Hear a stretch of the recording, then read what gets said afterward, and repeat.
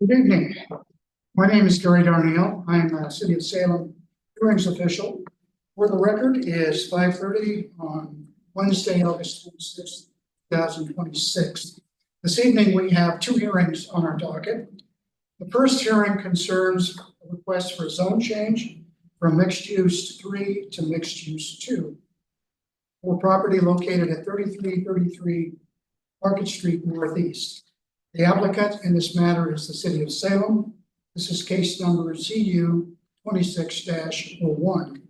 The approval criteria in this case can be found in section 265.005 sub small e, sub 1, sub capital A through capital G of the Salem Revised Code. The second hearing concerns an application for a short-term rental. The property is zoned single-family residential and has a site address of 5971 Legacy Street Southeast. The applicant is Mr. Jordan Pino, and this is case number CU 26-06. The approval criteria in this case can be found in sections 240.005 sub small d, sub 1 through sub 3 of the Salem Revised Code. Before we get into the hearings testimony this evening, I'd like to explain some of the procedures and legalities that attach to these hearings.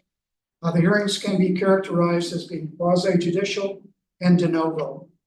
By quasi-judicial, that means certain due process rights attach, such as the right to testify, the right of notice, the right to an impartial decision maker, and the right to a final written decision that addresses conclusions of law and evidence. De novo means new evidence and argument can be presented to the decision maker. The rules of evidence that we find in circuit court don't apply. We're a lot more flexible. Evidence that's admissible in these hearings are such that would be commonly used by a reasonably prudent person conducting their serious daily affairs. Testimony, argument, and evidence must be directed towards the approval criteria that I listed earlier, or other criteria in the comprehensive plan or land use regulations that you believe are applicable.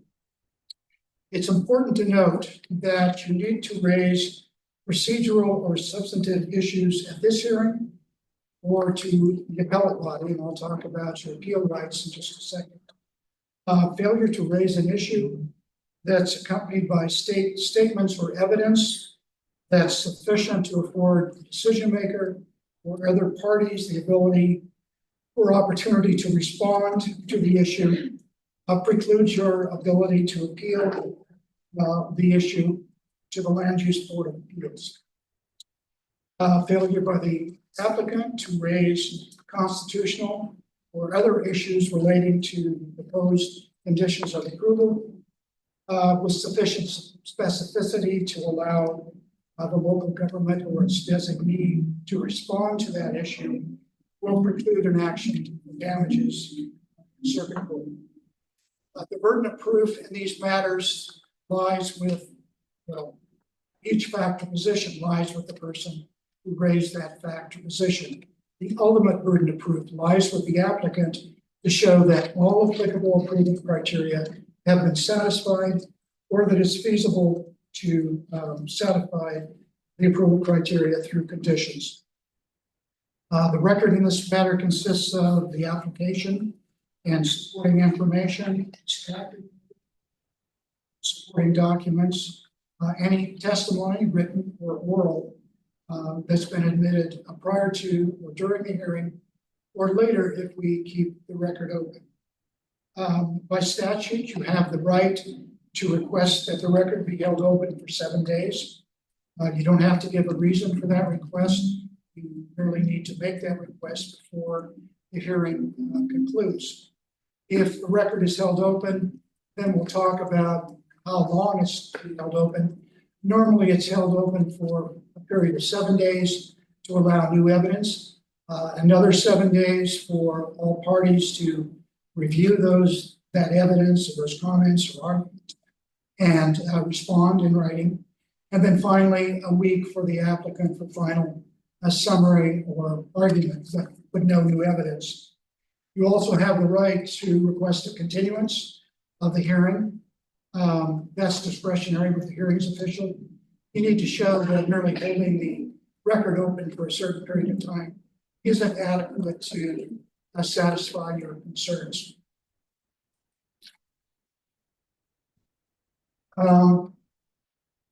If you testify, we ask that you use the podium to my left, to your right, and preface your testimony with your name in case we have to do a transcript of the hearing. We can accurately attach your name to your testimony. Also, if you want a copy of my written decision mailed to you, emailed to you, we have a sign-up sheet on the tables. Be sure and place your name on the sign-up sheet, appropriate sign-up sheet, prior to the closure of these hearings. In terms of the hearing procedure, begin with a staff report for each hearing. Following the staff report, there'll be an opportunity for the applicant to present argument and evidence, and then others in the audience who wish to testify in support of the application. Following that testimony, we receive testimony from the neighborhood associations, if there is any. Following that testimony from those who are opposed to the application.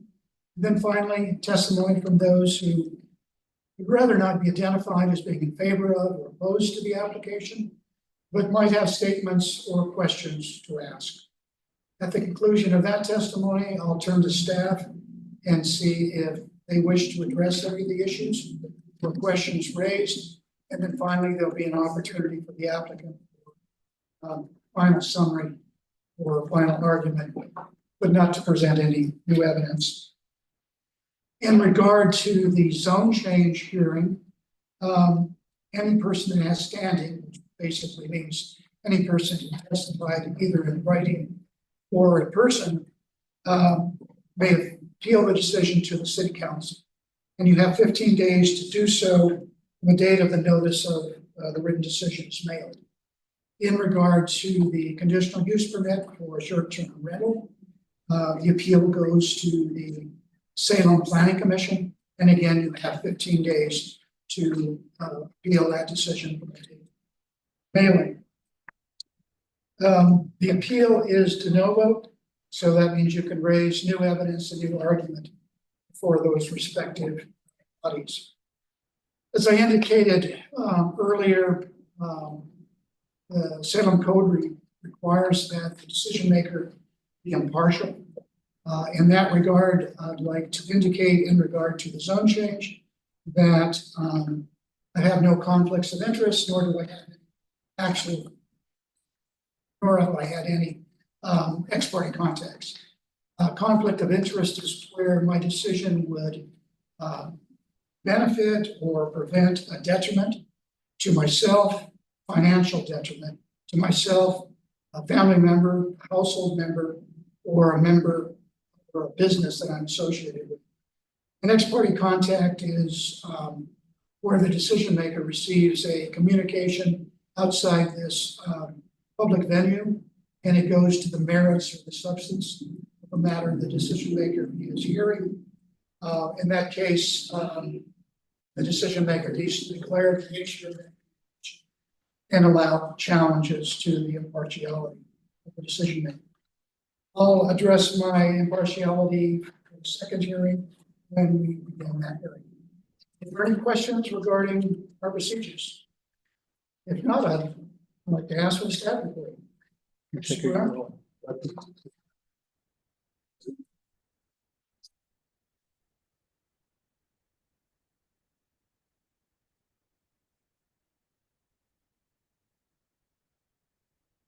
Questions?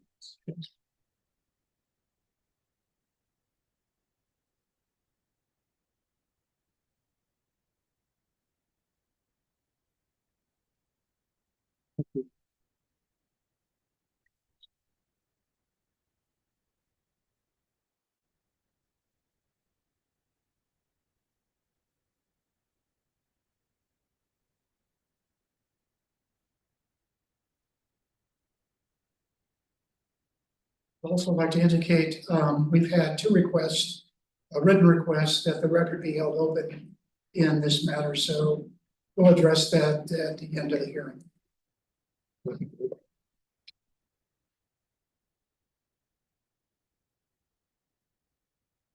Ready for the presentation? Excuse me? Ready for the I presentation? am, All right. if you are. Good evening, hearings officer. My name is Jacob Brown, planner 3 with the city of Salem. I'm here with the city of Salem Planning Division. I would like to enter into the record the staff report, all attachments, and this presentation for the city initiated zone change.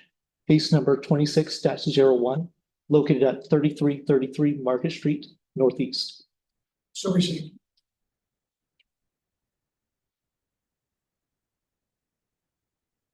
On July 14th, the Planning Commission adopted a resolution 26-01 initiating the proposed zone change of property at 3333 Market Street Northeast for a proposed zone change of mixed use 3 to mixed use 2. Both zones are implemented under the property's existing comprehensive plan designation of mixed use and therefore is not proposed to be changed as part of this action. No development is also proposed as part of this request, and future development will be reviewed as part of separate land use reviews, such as a minimum of a site plan review, which is reviewed under Salem Revised Code 220. Here is a vicinity map of the location. The subject property is located within the eastern portion of the city of Salem and located just west of Interstate 5. The property is within the boundaries of North Lancaster Neighborhood Association, NOLA, and abuts the Northeast Salem Community Association. As shown in this aerial, the property abuts Market Street and Hawthorne Avenue, which are both classified as major arterial streets in the Salem Transportation Plan. Directly abutting the site is a hotel development and dealership to the west, a mobile home park to the north, retail complex across Market Street Northeast, and a mixture of offices, restaurants, and hotels across Hawthorne Avenue, which will be consistent with a general pedestrian-oriented design development. There is a Chariot's transit stop located at the Market Street frontage along the southern portion of this property that is part of the Chariot's core network. Regarding the comprehensive plan, the subject property has a comprehensive plan designation of mixed use, which is shown in pink here. And the surrounding properties are similarly designated as mixed use. To the north are properties shown in orange are designated as multifamily residential, with the yellow also identified there as SF, which is single family residential.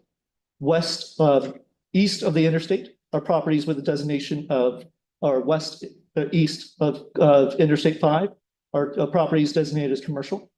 The property's existing mixed use designation, again, is not proposed to be changed as part of this action. The zoning of the property is currently mixed use 3, which is identified here in blue and shown as MU3, with adjoining sites to the south, west, and east similarly zoned. To the north, there are properties zoned as RM2, multifamily residential, which is shown in orange, and then single family residential is also shown in yellow. To the east to the east are properties designated as commercial retail, CR, which is shown in red here.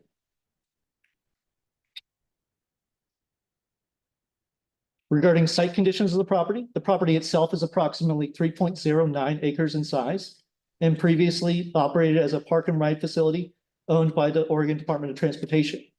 The property is currently under contract to be purchased by the Salem Housing Authority. Overall, the site is flat with no mapped wetlands or waterways and one existing driveway approach located on Hawthorne along the northern portion of the property. What about floodplain issues? There's no mapped floodplains on the property. And there are some minor identified points for landslide hazards. Here are some street views of the property. You can see here, this is from facing southwest along Hawthorne, where the driveway approach leading into the property is located. Moving further south is a view from looking northwest from Hawthorne onto the property. And then finally from Market Street facing north, which you can also see the Chariot stop located on the property's frontage. The property has previously been used as park and ride. As previously had a park and ride operated by Oregon Department of Transportation, but is no longer in use.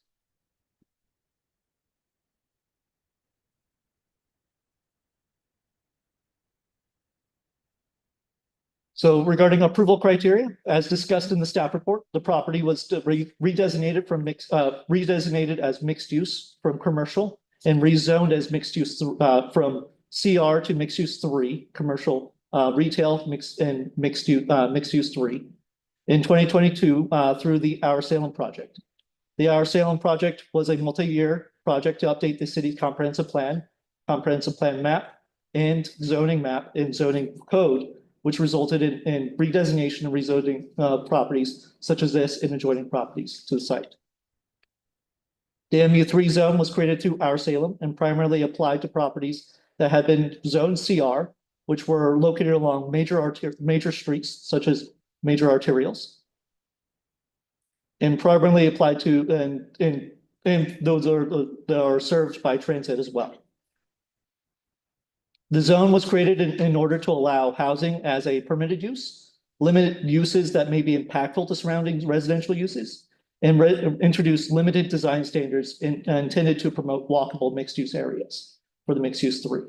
The city also applied both MU1 and MU2, mixed-use 1 and mixed-use 2, zoning to properties at intersections of major streets served by transit and in areas where walkable mixed-use development was desirable. The city picked MU3 zoning for this property specifically and adjacent properties in order to promote housing while introducing limited urban pedestrian development standards. So due to the CR zone, which does not have any existing related design standards. Other than the more limited uses in the zone, the main difference is the amount of development standards related to design that apply in the MU1 and MU2 zone that do not exist in MU3. In the MU3 zone, there is a limited list of pedestrian-oriented design standards that are only applicable to non-residential development, with multifamily development subject to development standards under Chapter 702, which is multifamily design standards. The 702 chapter is intended to preserve natural open space areas with facade and design requirements that reinforce the residential character of a neighborhood. On the other hand, the standards of the MU2 zone expand the pedestrian-oriented design standards of the MU3 zone with similar standards of the 702 chapter, multifamily design standards, that have a greater level of walkable mixed-use design standards applicable to which. The development standards of the zone require structures to be designed towards the street with amenities and physical improvements required within the separation of structures and adjacent streets. Facade standards promote an articulated design throughout the structure, with ground floor focused standards further enhancing the visual appearance and pedestrian environment along the street. The proposed MU2 zoning is also suitable for the site based on its physical characteristics in close proximity to transit options and commercial uses. Overall, staff find that the proposed zone is equally better suited for the property than the existing zone. Regarding consistency with the comprehensive plan and statewide planning goals, staff provide findings and analysis within the staff report itself, finding that there is consistency with the Salem comprehensive plan and statewide planning goals. Regarding whether this zone change is in the public interest and would be of general benefit, the property is currently under contract to be purchased by the Salem Housing Authority, SHA, and from the Oregon Department of Transportation for specifically the development of affordable housing alongside with supportive services for that affordable housing. The production of affordable housing and supportive services aligns with the adopted housing needs analysis, HNA.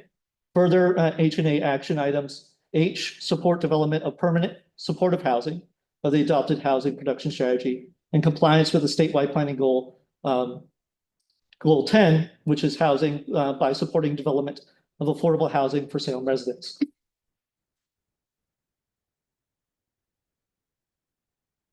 MU3 zone would also allow affordable housing. It would allow in multifamily and specifically affordable housing as well. In terms of transportation facility impacts, because the existing mixed-use comprehensive plan designation of the property is not proposed to be changed, the proposed zone change does not significantly affect an existing or planned transportation facility pursuant to Oregon to OAR 660-012-0060. An analysis of that was done as part of the original Our Salem zone change and comprehensive plan amendments, which were evaluated as based on the comprehensive plan proposed, which has its own separate TPR analysis.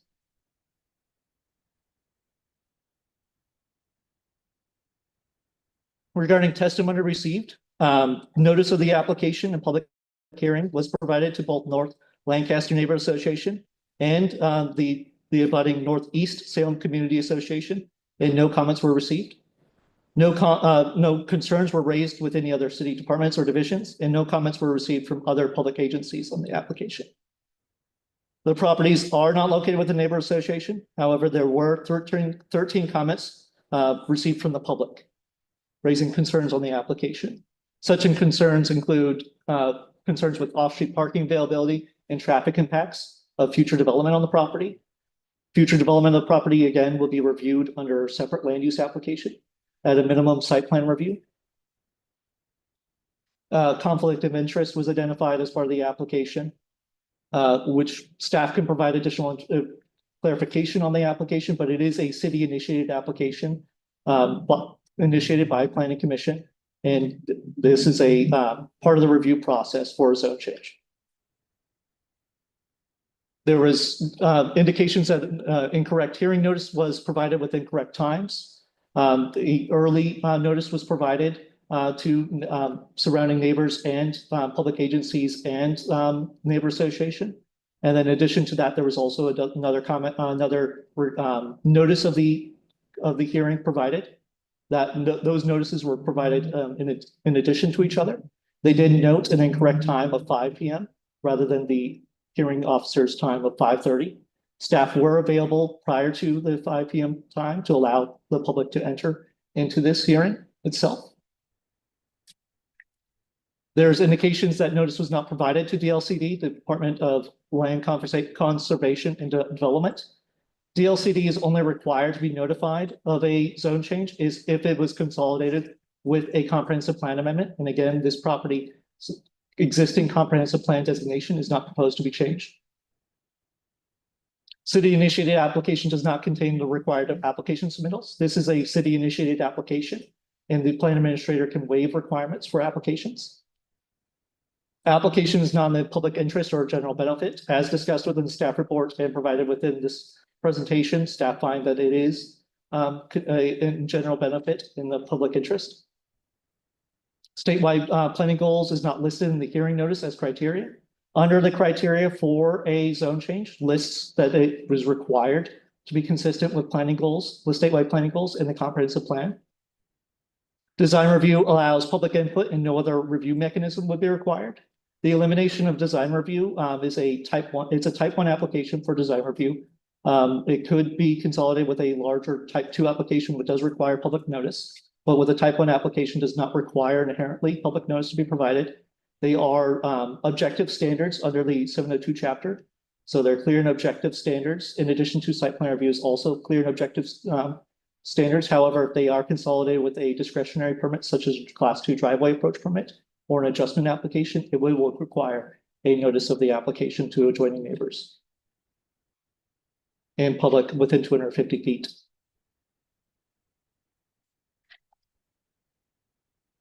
The proposed zone change does not conform with state requirements, as the staff find within the staff report that the statewide planning goals are consistent with the proposed zone change.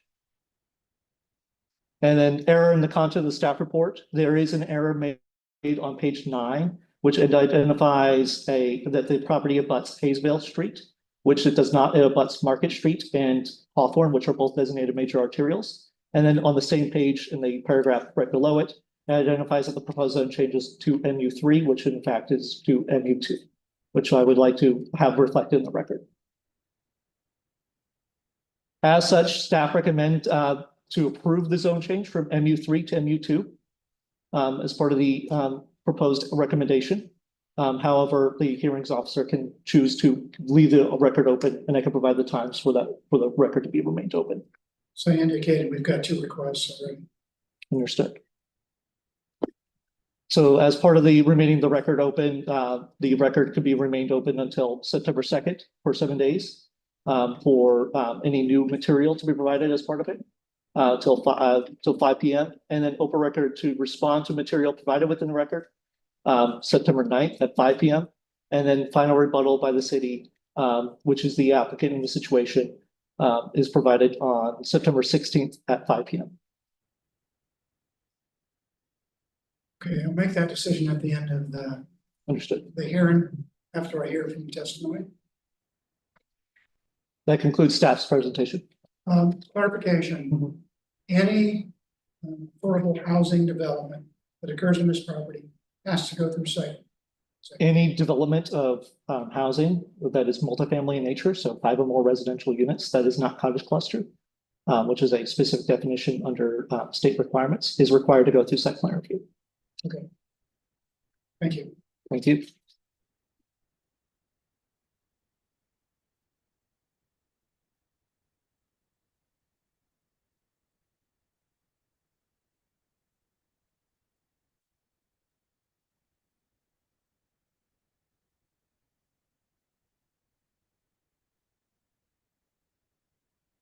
That was testimony by the applicant as well. Is that correct? We do have a representative of the Salem Housing Authority available to provide clarification on any questions you may have. Okay, at this time, I would like to hear.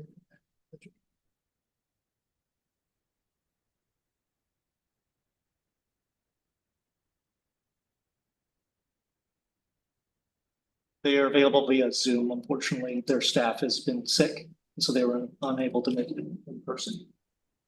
Jacob, I'm sorry, I missed with the hearings officer. Did you say that you wanted to hear from us? Yes. Yes. Oh, okay. I think any specific question or just kind of general background on why we engaged the city regarding the zone change? Well, it's up to you what you want to testify to. Well, what I'd add to what Jacob had overviewed, I think that covers what we're here to request. We're only here to request the zone change. We are not here to request any exceptions or anything related to the development that will be forthcoming. The primary reason that we requested the zone change was actually in work with Eunice Kim in long range planning. We approached her earlier, I think back in September of last year, to discuss with her the potential acquisition of the property. And the current zoning that site currently has, it actually drives more towards a building form that's more traditional 3-story walk-up. And in the conversation with Eunice, our conversation was that type of building wasn't really appropriate around a major arterial road in this area. And so because this was already designated in the comp plan, we elected to discuss with her the potential zone change to an MU2. And the primary reason was to provide a clearer code path to provide a building that was more in line with the kind of the goals of the city and what's in that general area. In regards to the public comment to date, there are no scenarios where SHA is planning to provide an affordable housing development with no parking. It's actually not realistic for the residents in that area because there is no reasonable place for them to park their cars if we didn't provide parking. So I do want to just provide that clarifying note that in the future applications, we have all intent and purpose. We have all intention of providing parking and showing that in our future land use applications. Which I think is the bulk of the concern. I think there was also some concern about, I guess, the general intent of why we were requesting the zone change and partnering with the city on this. And it really is to provide a building and housing that's more appropriate to that area and an identified pathway in regards to how we are satisfying code requirements and the kind of vision of the city of Salem. In general, how many parking spaces would you provide per unit? Yeah, we're still working through exactly how many units will be provided on the site, but the parking ratio that we are targeting for any units that have families, we'll anticipate that they will have probably at least one vehicle, so 1-to-1 parking for family units. For senior housing, if we are providing senior units, we typically see a ratio that's closer to 0.5. That seems a little low for this area, and so we're continuing to work on that, but that's generally those are the metrics that we're currently riding at, despite the fact that the state mandate is no parking required for the site. Point of order, sir. Could you please have the individual identify themselves? I didn't hear that. Oh, yes, I'm sorry about that. My name is Dave Mojica. I'm actually with Community Development Partners, who is a partner with Salem Housing Authority on this development pursuit. Thank you. Yes, I don't have any further questions. Thank you. yes. Thank you. Are there others in the audience who wish to testify in support of this application?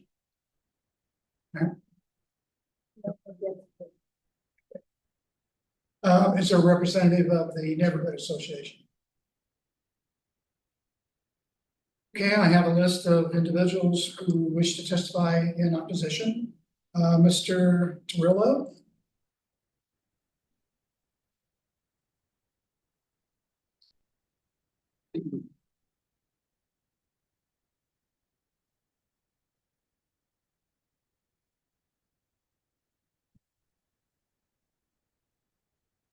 Good evening, Mr. Hearings Officer. My name is Carlos Trillo. My company is Global Resource Trade Group, who owns the property next door at 1855 Hawthorne Avenue Northeast. I signed objections with my neighbors that we filed yesterday. And the most important thing I want to say tonight is I'm all about keeping families together. I grew up in Woodburn in a low-income family. My mother and father would wake up at 4 o'clock in the morning. My mom would cook breakfast, get the food ready for the day, so we could all go to work together in the fields. That is how my parents taught me to work. Then my mom would work at Birdseye Cannery in the swing shift from 3 p.m. until 11 p.m. at night. She would come home, go to bed late. By 4 a.m. the next morning, up with my father again, doing it over again for us. My parents and my wife have been the instrument that kept our family together. I worked my whole life to get to this point, and I'm all about keeping families together. So here's what's missing. The first thing, there's no site plan, no buildings, no driveways, no circulations. Look at the city's own staff report on page 5. It says no development is proposed. So no traffic studies, no utility evaluations are needed. But on page 6 and page 9, when it needs to show a public benefit, it leans on one specific project, 153 homes on about 3 acres. The city cannot have it both ways. Either there's a project or there's not. And the plan is not in the record. The second thing, everything the city describes can already be built under zoning we have today. On page 7 and 8, the staff report itself, in MU3, apartments go through chapter 702 design review. That's the public seat at the table. So the one real effect, this zone change is to remove that public review, and a public benefit is not in the record. The third thing, parking. This lot was built for public parking, about 150 spaces. The city's own resolution 2601 calls it an existing off-street parking area. This proposal wipes it out, the capacity completely, permanently removing and adding 153 homes. And under today's law, no parking is required. The city wrote to one commenter, and I quote, however, Salem's Housing Authority has indicated that parking will be provided on the property, but that sentence is not in the staff report. A parking number, a plan, a commitment, none of it is in this record. The fourth thing, the traffic and utilities on Market and Hawthorne is among the 11th highest crash intersection in the Salem area. For 153 homes on that corner, there is no traffic analysis, no utility analysis in this record. And my neighbor, Manu Patel, who will be testifying at the Days Inn, tried to build a smaller project just across the freeway. But before he could build it, the city required bigger sewer and water lines that the project was never built. No pipes, no buildings, nothing. Everything I have told you comes from the city's own papers, its resolutions, its staff report. It's written replies. And if anyone says my facts are wrong, ask them to show the plans, the numbers, and the studies on this record. They cannot. The documents are not there. On this corner, keeping families together takes a record that shows where cars are parked, how traffic moves, and whether the pipes can carry 153 homes. That record is not in front of you. Here is our ask. First, to deny this application on this record. Second, we ask that you continue this hearing to a new date or at least hold the record open under ORS 197.797 subsection 6. And if you approve over our objection, there is no getting around one fact. A large multifamily project with services on site requires a traffic impact analysis and a detailed site plan review. I close with one question.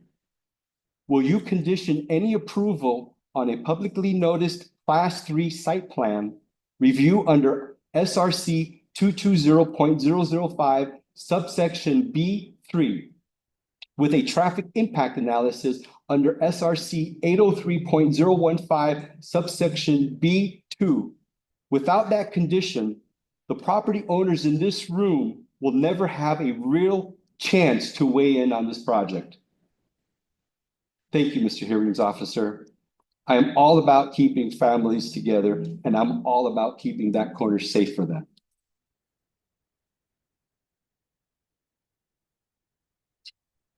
Ms. Goodness? Am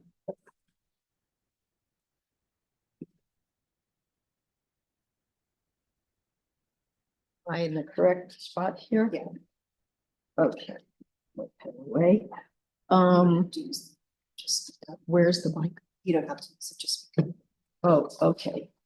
So, I don't know how to address him. Oh, hearings officer, I would like to read an email that I sent to Jacob Brown, the planner. And, there are a couple of topics, 6 to be. Okay, parking, unless the building provides parking below the building, then it's not feasible to rent nearby hotel parking lots and other lots. One hotel has a conference room and a restaurant, and they need parking for hotel guests, and the truckers and heavy equipment drivers also use the hotel parking lot because they went around to look at it. Accidents, according to a nearby store employee, there are many accidents, including jaywalkers getting hit and on the Hawthorne area next to the proposed low-income apartment building. There are blind driveways. There are no signs encouraging the drivers to slow down. Noise. Out of 153 apartments, there will be Friday night parties and other parties. And this will interfere with hotel guests' sleep and the neighborhood, and the police will have to respond to the matter. So this is kind of a waste of time for them. Children, where will they play? Most likely in the hotel lobbies, the parking lots, and they will also have access to the homeless that hang around in that area. I-5 and off ramps, I-5 on and off ramps from Market Street going north and south are 1 block away, and they don't need more congestion. I live a 1.5 miles away, and congestion, there's hardly enough room to get into the southbound on-ramp as it is from the Fred Meyer location. Alcohol, drugs, and nearby homelessness. The kids will have an opportunity after school to get to know these people. So this may also be an issue. One more thing I added. After Hurricane Andrew, I moved down the street on Silverton Road to these low-income apartments as I was getting established, finding work, etc. So my son, he got to know the only people hanging out is the alcoholics with the doors wide open. So it is an influence being around people like that. And I would hope that you could relocate this, because I do appreciate efforts to build low-income housing, and that is definitely needed. It's just that this location is not a safe location. So I would encourage you to make it in a place where the kids have areas to play and they will not be getting hit crossing the street on Hawthorne and so on and so forth. So thank you very much for your time.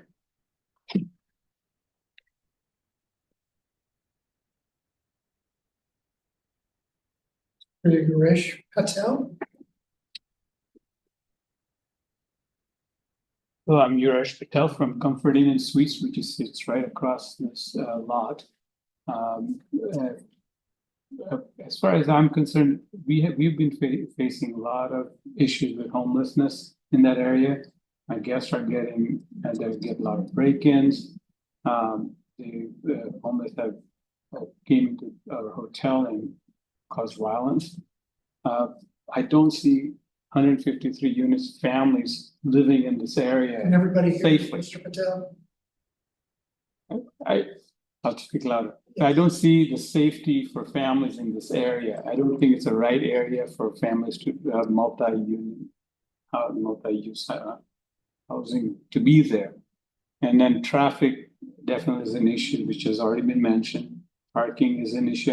If I have a large truck, 18-wheeler come in there, I just tell them to park illegally on the street over there. There's just not enough parking in my lot for those trucks.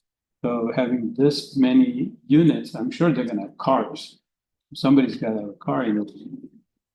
Got a parking lot is gonna be an issue. That I'm opposed to this for sure.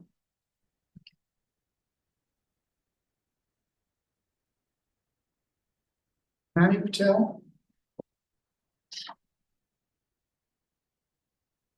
Oh, sure. Hearing officer. My name is Manu Patel. I'm owner and owner at the other side of the 5 freeway. There's a Daisy and there's another 4-acre lot. I own that one. We propose a 90 apartment complex, regular apartment complex over there. When we went for the hearing, city came out and started us hammering with lots of requirement. Say, okay, because your hotel is right there and you're putting another 90, you're gonna have minimum 130 to 140 parkings required as per the city law. So they force us to say 90 apartment has to have 1.5 times a parking space. Then they said we have a common water line between the two lots. They said it's a 6-inch only, has a fire hydrants on it. They say your hotel is 100 room and then you put another 90 room. Then you have to take a 10 to 12-inch pipe from the Market Street, pass through all the whole lot, and then connect it into the back at the other street to make sure the water flow is proper. Then they say the sewer line is not enough, big enough, so you have to take 20-inch line from Market Street to our lot on a motor court and take it all the way to the Market Street. And then on top of that, they said there's a market traffic study because it's a 5 and a Market Street is so congested. So we have to do a traffic study. If a traffic study impact you, we will not have access to your property. We will not let you build the property. Because right now I go out home every day, 3 o'clock. I have to do 5 to 7 minutes to get from my motor court onto the Market Street, just left street, because the traffic is so bad all the damn day. Morning also the same thing. And you are putting 153 units over there. What do you think they're gonna park it? Right now in our cul-de-sac, we have so many people parked over there right now because they don't find the parking spot somewhere else. And as Uresh mentioned, homeless people. That corner is so populated with homeless people, they all come and park at our place. Police doesn't do anything, and then why city want to do M3 to M2 when it's a M3 is also possible for affordable and a low-income family, right? Why they want to change to M2? Because so they get their bypass, they don't want to have a hearing or anything. And also one more question I had is, what was the question? Yeah, M3 to M2, that's what they are proposing. So they don't want to do the hearing of study or traffic study or all the utility requirement. That's why they want to pass this M3 to M2. Mr. Jacob Brown told me that, oh, Salem Housing Authority is purchasing, but they don't have any plan. But they already report says that they're going to put 153 units. So they are lying about this whole project from the beginning. So my oppose is don't give the permission to pull. Oh, one more thing. I own the property, right? And I have a hotel. I have employee who quit the job because they can get the low income housing. They used to work 40 hours a week. They said, no, we cannot afford because our income is so high. So I had to cut down to 16 hours only. 2 of the employees just quit in last 2 weeks because they want to get the low housing. So if you put this low housing income, think about how many people are going to quit or going to get this job. So we've suffered for the job. I'm working 6 days a week right now. So I'm completely opposed. No, this should not be happening, Shay. Okay, Yep, thank you. are there others who wish to testify in opposition at this time? Does anybody wish to offer neutral testimony? Staff have any final comments? Staff at this time doesn't have any final comments. Traditionally, zone changes don't look at any specific use that's going to be in the property. And in this case, I can't look at proposal everybody's been talking about, which is 153 units. By the same token, when you're looking at a zone change, what you do is you look at the maximum impact of the uses that are allowed in that zone. And so you look at the use that might contribute the most traffic, the use that might contribute the most parking needs, et cetera, et cetera, et cetera. I guess in this case, the issue is there any use in the MU2 zone that's more intensive objectively than can be allowed in the M3 zone? So in the M3 zone, the allowed uses are more expansive. They include dealerships, motor vehicle services, and commercial entertainment indoor as well, which allows stadium uses. That's my understanding. I won't ask the applicant if they want to provide any summary, but we do have several requests that the record be held open. And the proposal from staff is that the record be held open 7 days, 7 days, 7 days. September 2nd, 9th, and 16th. Does anybody have any objection to that? Or time? So anybody can testify in writing by his close of business September 2nd, in opposition or in favor. And then the second week, you have the opportunity to comment on testimony that was provided during the first week. And then finally, the final week allows the applicant, the city of Salem, to do a final summary. I don't hear any objections to those time frames, so it's so ordered. Is there any other business on this issue before the hearing is official? Hearing none, I will close this hearing and we'll move on to the second hearing we have scheduled, which is the temporary use, conditional use.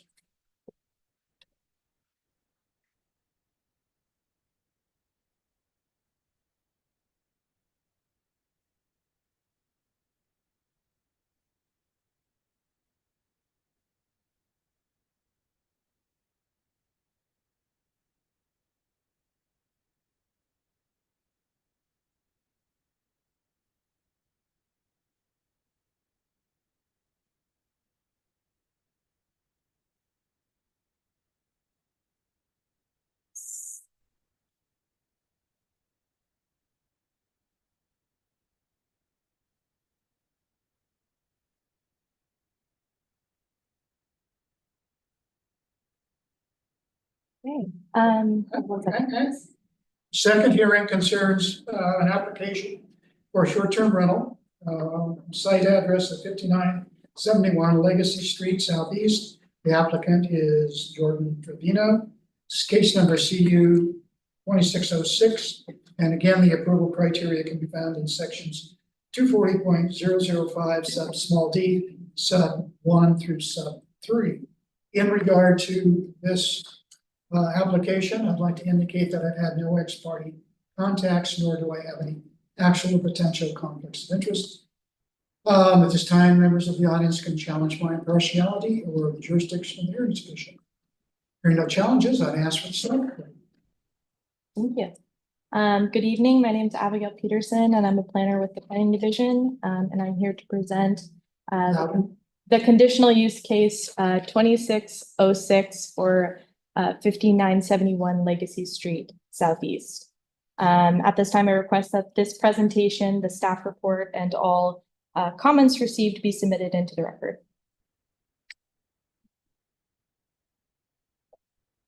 The request is for conditional use permit for a short-term rental within an existing single-family dwelling. Here you can see the property location. And there's an aerial view. The zoning of the property is RS, single-family residential, with nearby RA residential agriculture zoning both to the north and to the east. The existing development is 1,744 square foot, 4-bedroom, 1-story home with an existing 2-car garage, and no exterior changes are proposed at this time. Regarding the approval criteria for a conditional use permit, the short-term rental use is an allowed use within the conditional, or sorry, the proposed short-term rental use is allowed as a conditional use within the RS zone. Conditions have been recommended to limit the adverse impacts to the surrounding neighborhood. And the proposed use will be similar to other existing single-family uses with conditions on the number of guests and allowed uses. The recommended conditions of approval are that the maximum number of guests be limited to 8, not including children under 12 years old. Limit the rental to 1 group of guests at a time, and limit the use to short-term lodging and not permitting things like events. Condition number 4, I request that the recommended condition be changed to the one listed on the slide, that the use of the short-term rental shall not generate noise beyond the property between the hours of 10 p.m. and 8 a.m. That's just to clarify that the quiet hours should be at night and in the morning and not the opposite of that. And then condition number 5 is just for bicycle parking. 4 spaces be provided meeting applicable standards. How do we define noise? Anything that can be heard?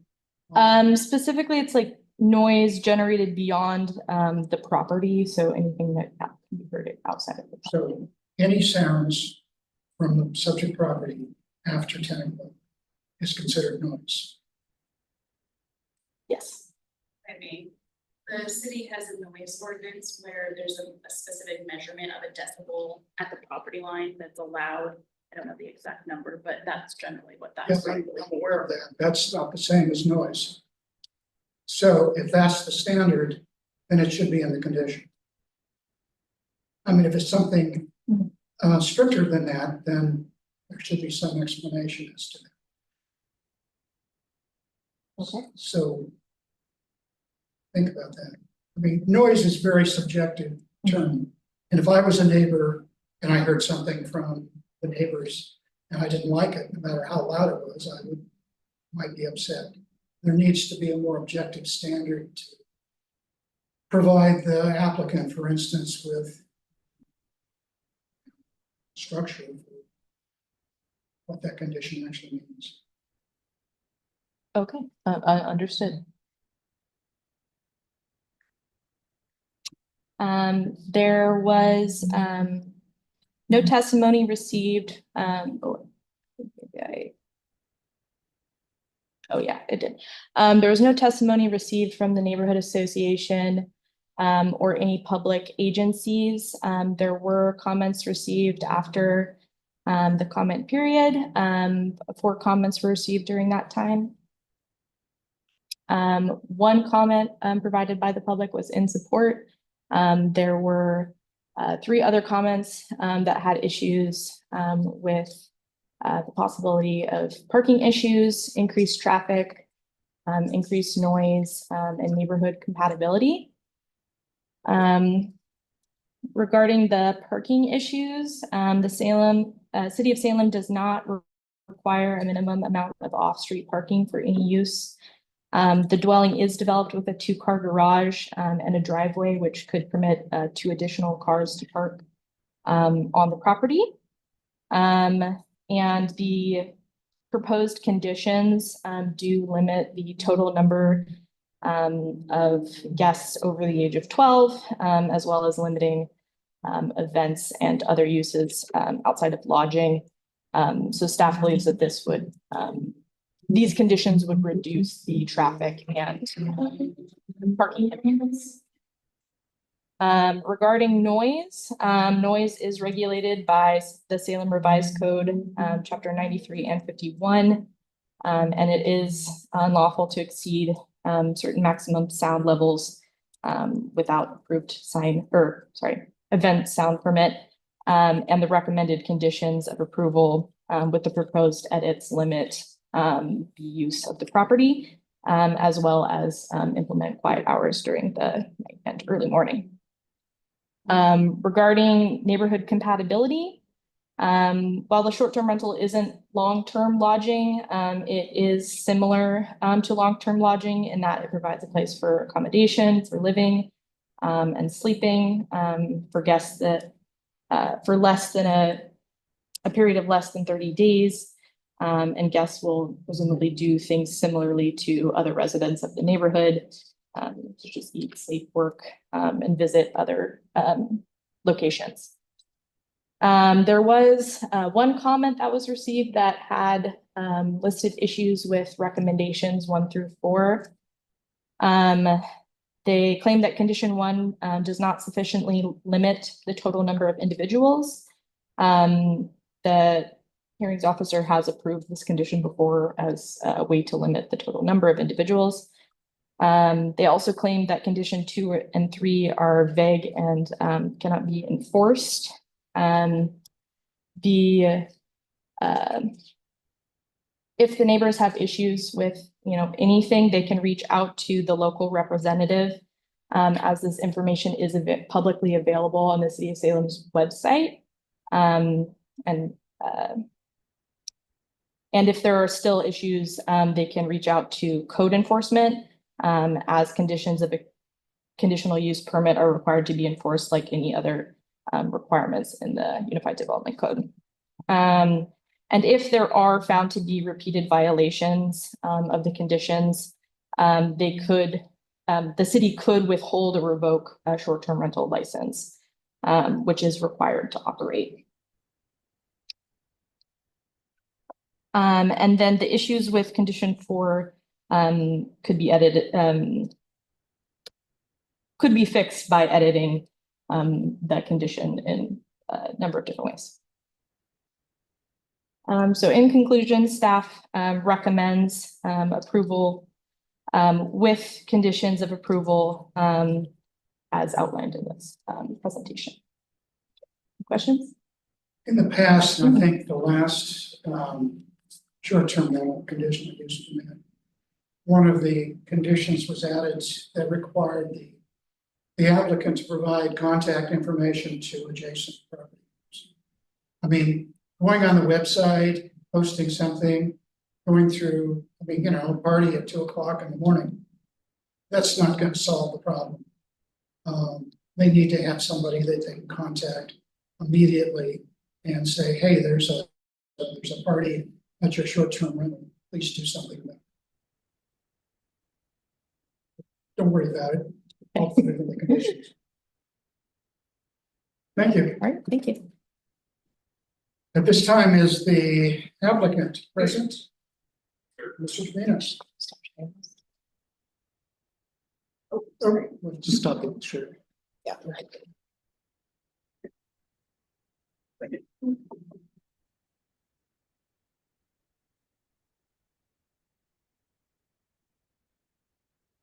Good evening, Mr. Hearings Officer. Thank you for giving me the opportunity to speak tonight. My name is Jordan. My wife is over there, Jennifer, and we are here to ask for the approval of the land use short-term rental for our Salem property.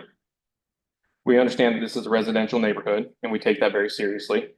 Our goal is not to change the character of the neighborhood or negatively impact the livability of the community. Our goal is to operate a well-managed short-term rental that is compatible with the existing residential character of the neighborhood. This property is especially meaningful to us because we actually lived in this property for 2 years We know the neighborhood, we know our neighbors. The surrounding homes, and we have always had a connection to this community. For the past 2 years, it's been operated as a long-term rental, so we've continued to care for the home and remain connected with the property. We know and respect the neighborhood, and we want to make sure that the use of our property continues to fit within the community. Jenny and I have been operating short-term rentals for 6 years. We currently operate 3 in Lincoln City. We are also Airbnb superhosts. We built a strong track record of 5-star reviews and responsible hosting. We are in the 1% in Lincoln City of hosts. In 6 years of operating our rentals in Lincoln City, we have never once received a single complaint from the city or any neighbors. That is something that we are extremely proud of. Because we work hard to be responsible property owners and good neighbors. How many years have you had short-term rentals in Lincoln City? 6. Sorry, I gotta find my spot. Our homes are very personal to us. Jenny personally designs and furnishes every one of our properties. We put a tremendous amount of thought, time, money, and personal investment into each of them. These aren't just houses that we put online and forget about. This is my full-time job. We take pride in our properties, and we care deeply about how they are maintained and how they are operated. One of the biggest things that we've learned over the last 6 years is that communication is key. We make a personal connection with every single guest.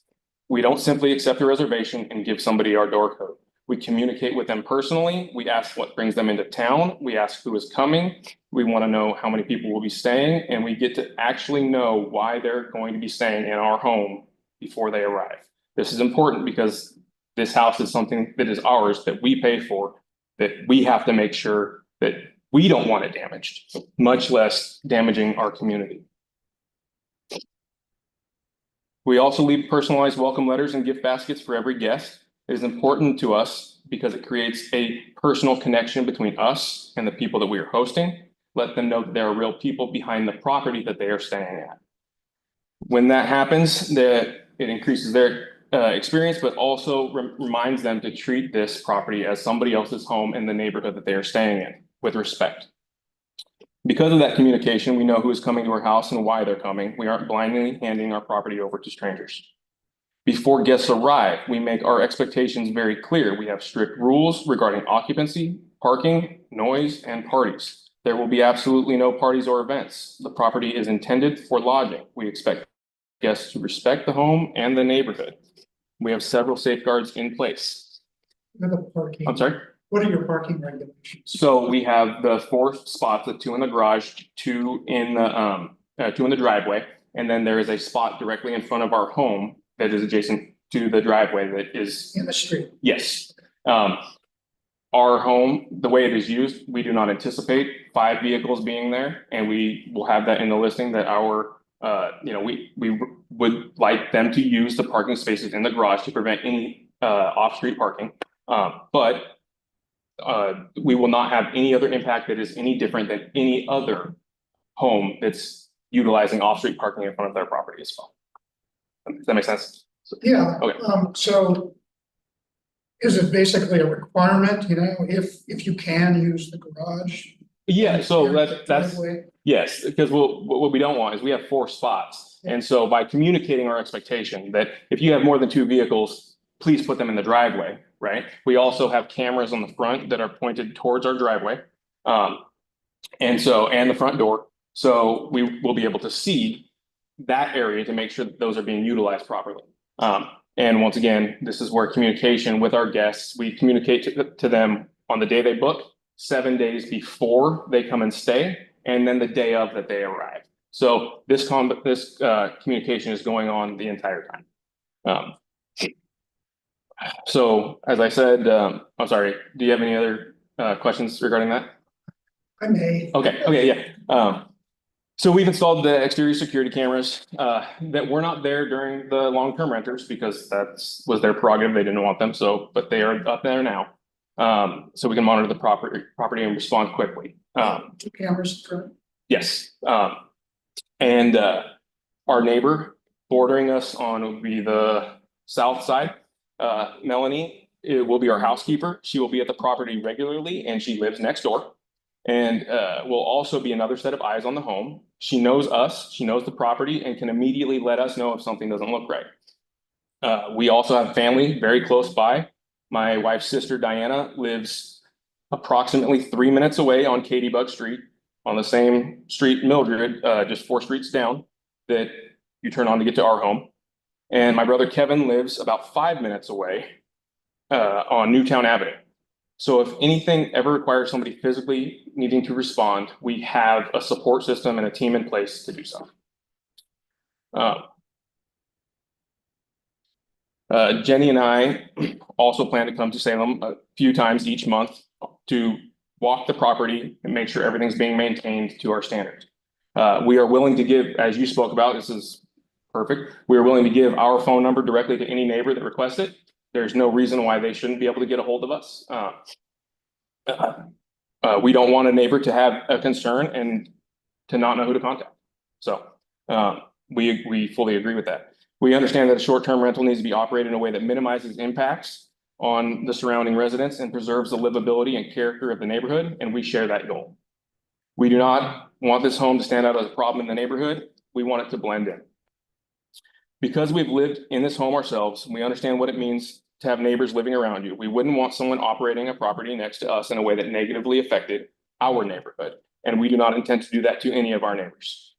After 6 years and 3 active short-term rentals with no complaints at any point, we know that being successful isn't just about getting good reviews from guests. It's about being responsible property owners, active in the process, communicating with your guests, taking care of your property, and being good neighbors. We believe our experience, the super host status that we maintain, our 6-year track record with 0 complaints from the city of Lincoln City or their neighbors, our personal connection with every guest, the care and investment that we put into our homes, our connection to the property, our local support system, and safeguards we put in place, in addition to the conditional requests that have been presented for us, that this gives us the ability to operate this property responsibly in a way that protects the character and the livability of the surrounding neighborhood. We respectfully ask that you approve our application, and we thank you for your time and your consideration. Could you supplement the record with a description of what it takes to be a Sure. super host? Yeah, okay, so you have to have done, and I'm gonna look at my wife for a second because we do this together, 100 stays in the last year. And so we've had, at least that many guests come stay at our property. You have to maintain a certain threshold of reviews. So like 5-star reviews, we can't fall beneath a certain threshold. So the average ratio of what we get. So you have a 1 to 5-star rating system that they use. Our current number is 4.98. And the reason why it is not a perfect 5-star is because I can tell you the 2 times that we've gotten less than 5 stars. One was on the affordability, because it was expensive weekend that they booked, and it was more expensive than they not anticipated. They did it, but they just thought the value wasn't there. And then the other one was a 4-star because it said cleanliness. I can't dispute that, but every single other of the over 100 reviews that we have, all are impeccable with 5 stars on everything. So it's just a measuring an algorithm that decides what percentile are you in as a host. And like I spoke briefly before, we are in the 1% in all of Lincoln City for how we maintain and the reviews that we get. And one other thing that I would further point out to add context is if it breaks down, because it's got all kinds of metrics, it breaks down on the reviews specifically what they say, what they're targeting, what they talk about. There's 2 things that come in the most frequently occurred in all of our reviews. One of them's the view. That's a great view. The second one is communicative hosts. So that is above all other things. Is our job, my job, this is my job now, is to identify why these people are here, give them the best experience, but also make sure that the impact that they have on the surrounding areas is as little as possible. When a potential guest contacts you, you use a rating system provided by Airbnb? Sure. So Airbnb, there is a screening system, right? So it goes far beyond everything that I can algorithmically compute with my brain. But the reality is what happens is if you try to book our house and you don't have enough because of our status, you don't have enough bookings. If you haven't stayed somewhere 3, 4, 5 times and gotten good reviews, they don't even let you book it directly, right? They have to come in, they have to inquire, and we are allowed to deny them access, or we can figure out why they don't have enough bookings, and we can have that dialogue to determine whether or not they are a safe person to have, right? Or if they have been given negative reviews, they are not allowed to book the house. And you indicated that the housekeeper is adjacent to the Yes. side? Melanie, she would be the one that wrote in support. She lives right next to She lives directly next door. Okay, great, thank you. Yes, no problem. Are there others who wish to testify in support of the application?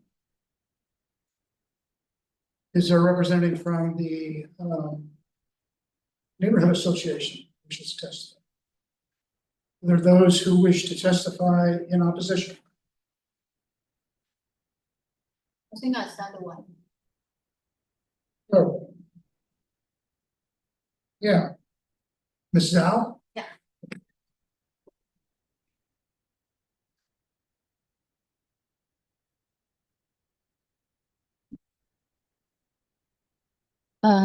Good evening, hearing officer, and my name is Jue. I live on 5964 Ballymead Street, close to this short-term rental. Actually, I did not even know this until I received the mail, almost goes through the trash can, even open it. And my neighbor did the same thing. They did not even bother to open the letter about the notification. So thanks for sharing this. Let us know all the change. Also appreciate for asking the definition about noise. So I'm texting back and forth with my neighbors right now. And so our main concern is noise, traffic, parking, and the impact on our quiet residential neighborhood. We have a very nice, peaceful community, and especially that neighborhood is close to the Creekside. At Creekside, HOA is not allowing Airbnb. I know they're on different street, but I'm sure there's some rule should be applied. So I just want to share, I know Jordan nicely enough saying there's no complaint, and first, we don't have any contact. We actually do have a complaint. I want to share this with you. So a family member of me have complained to me about the noise in the past.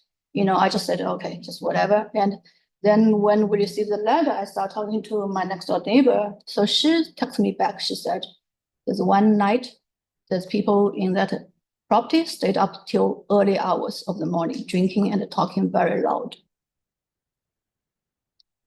So This was a year ago, 2 years? last year from neighbor, because my neighbor is right behind the next, you know, That's the the- backyard neighbor, not on the same. That's at the street. time the house was a long-term rental. I'm not quite sure. Yes. I don't know, It's been yeah, a but long-term. I didn't even know it's a rental until now. It's been leased for 2 years. Yeah, I don't know, but so they have a swimming pool. It gets very noisy over the time, and apparently it's probably somebody you don't know, well, your rental. But anyway, I want to share this with your folks. And also I have other neighbors also had a concern about noise and gatherings and traffic parking, as you all see in that test, you know, see in that written testimony. And also there's other concern about, you know, restriction on occupancy parties. And so for all this reason, I do respect us commission to deny this short-term rental, because this is a very nice community. And when more and more people move in, this is probably will be the first short-term rental property in this very nice, beautiful Creekside community, which of course they are not in it, they are at the boundary. And I'm concerned it will open an example for everybody to start coming in to turn this into a short-term property. I know how profitable it is. I understand it. But this, to me, I feel this is really at the sacrifice of neighbors, a very nice environment that is invaluable, to my point. I just want to share this with you. And I know I have neighbors, they have concerns, they just don't want to show up and speak in front of this, but I think I'm willing to just voice, and I think it's good to have this kind of communication, let them be aware there is complaint. Also, if there's no point of contact, we don't even know where to complain. So thanks for sharing with us. There's some channel, but most time maybe just say, oh, it's so loud that house yesterday, we cannot go to sleep, but they even don't really know where to complain. Yeah, thank you. Are there others wish to testify in opposition? Does anybody wish to ask questions or make a statement that not be identified as being in favor of or opposed to the application? Does staff have any final comments?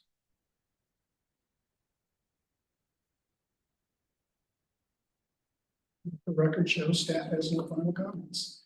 Mr. Trevino, you have an opportunity to summarize final statement if you wish.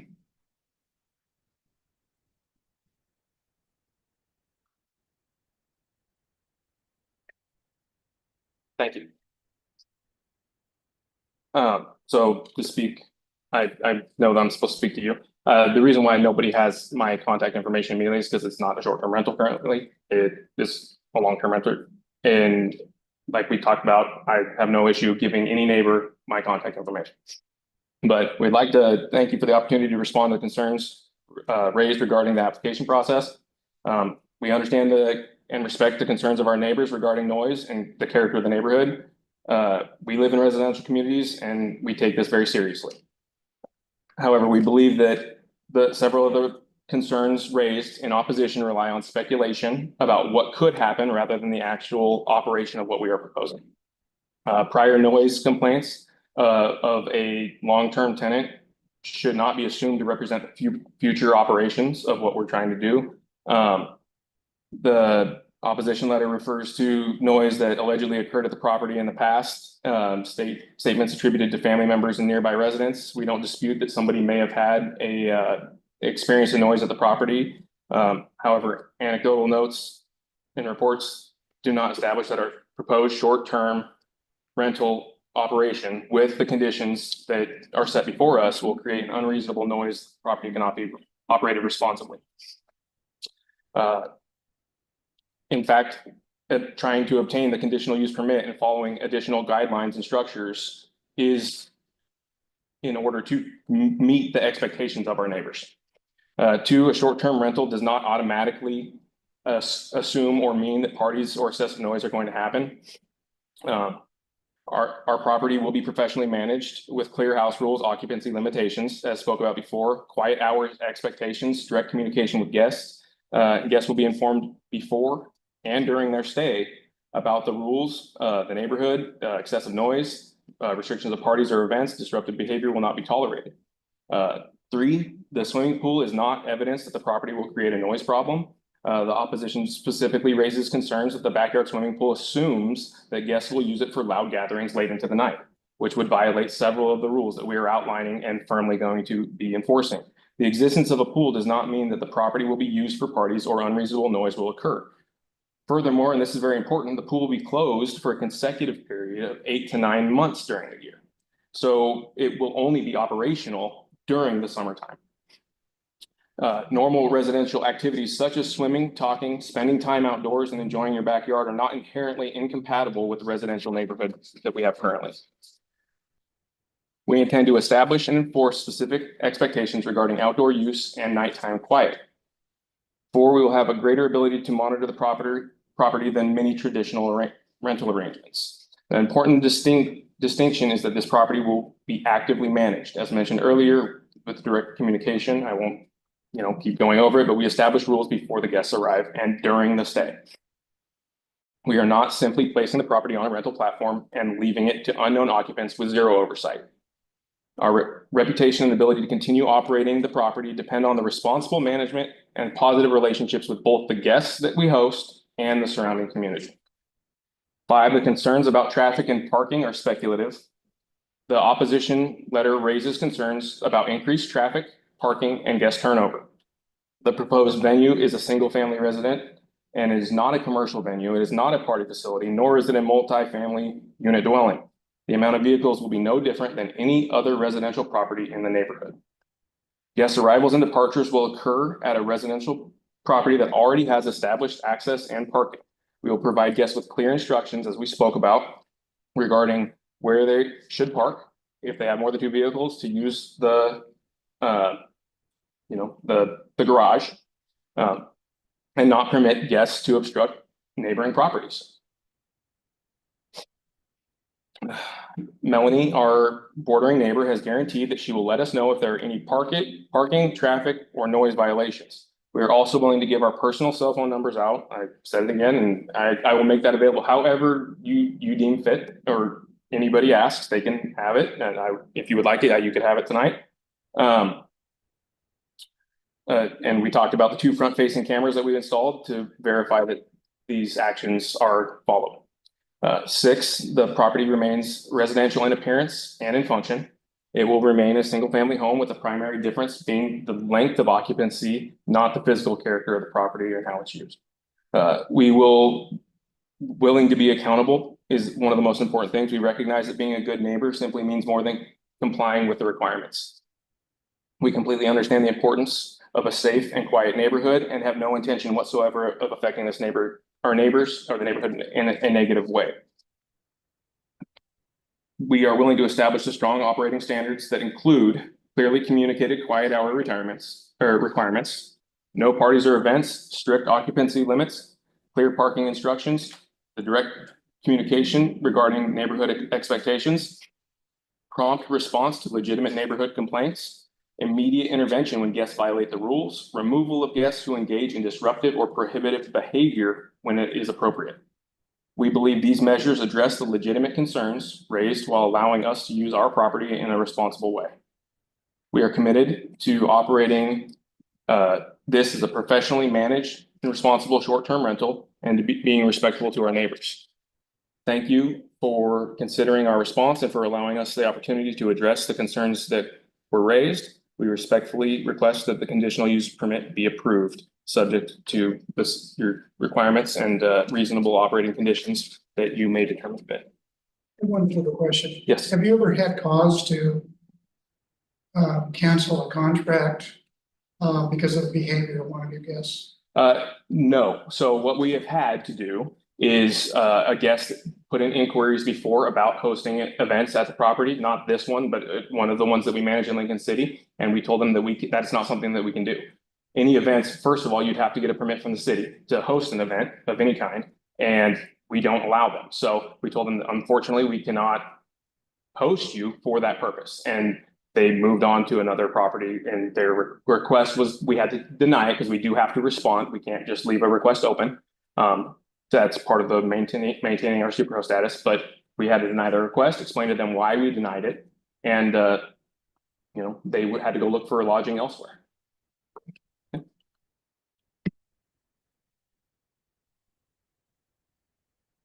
That concludes the public hearing. I will say this, when I hear an application for conditional use for short-term rental, the major standard is compatibility with the neighborhood. So I look at the history of the applicant in terms of managing this sort of use, how they accept clients, what sort of daily management is available so that they can monitor the property. And on the basis of that, I get a good idea of whether it's likely to be problems or not with management of the property. In this case, it seems like you'll be a really, really good manager. You have a lot of experience and highly rated. And I will add a condition of approval where you're required to give communication information to the adjacent property owners and anybody else that requests it. And we'll have a decision out no later than Monday approving the application. So, thank you all. And that concludes our hearings.